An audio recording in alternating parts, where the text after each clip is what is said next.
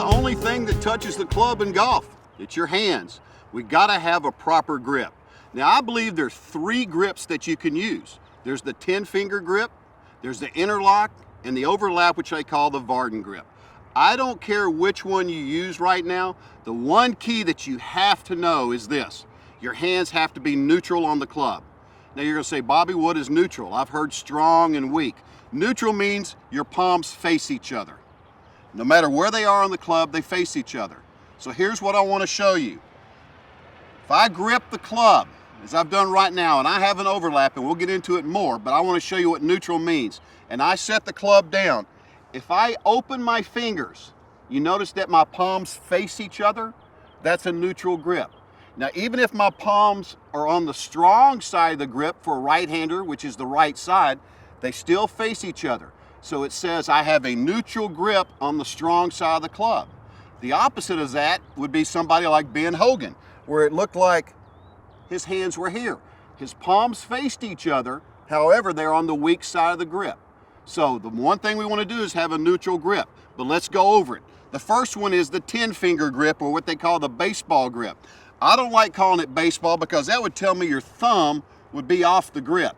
So what you want to do first is put all 10 fingers on the grip, and you're going to let the grip, as you'll see, just go through the fingers of my left hand. Can you see that right there? Just like that. Wrap it around. I like to tell people this. If you were going to reach out and shake my hand, that's how you put your hands on the club. I don't want to start down below and roll them over, so I'm going to hold the club right out in front of me, and I'm going to shake hands. Notice how that V forms just to the right shoulder, the right cheek. That's pretty much a neutral part of the grip. Now with my right hand, I'm going to do the same thing. I'm just going to shake hands, slide my hands together. Noticing one thing I want to show you is this. This little pocket of my hand right here is where my thumb fits. It's just the way the good Lord made it happen. We're going to have it fit right there. That's how we're built. So I'm going to shake hands with my left hand, shake hands with my right, slide them together, and you notice I have all 10 fingers on the club. Now the one thing I want to show you also, notice the V in my right hand. It also points to my right shoulder or my right cheek.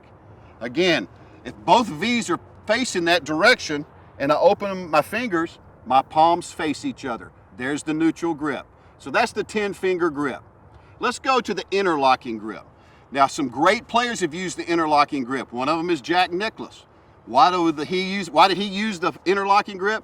Most people, ladies, you're involved here too, with smaller hands feel like they can get more control. I'll agree with them. If you have small hands, the interlocking is the same way. I'm sliding it down, covering up that thumb. Now I'm going to take the index finger of my right hand, the index finger of my left hand, and I'm going to interlock them. Notice that they just slides my hands a little bit closer together. That's the interlocking grip. Again, if I look at this when I open up my fingers, my palms are facing each other, so I have a neutral interlocking grip. Now the most famous grip right now is what we call the overlap or the Vardon grip. It's the same way we start. We're going to shake hands and lay our hands on the club with our left hand. We're going to take our right hand, grip the shaft or just barely down the club, slide them together. We're going to lay it over the gap right there. The reason people like this grip is one, they have larger hands. This is what I use. As I said, we're all unique. We all have different grips. I don't think any one of these is right or wrong. I just like to have a preference where you can lay your hands on there neutral. That's what we have to have, is a neutral grip.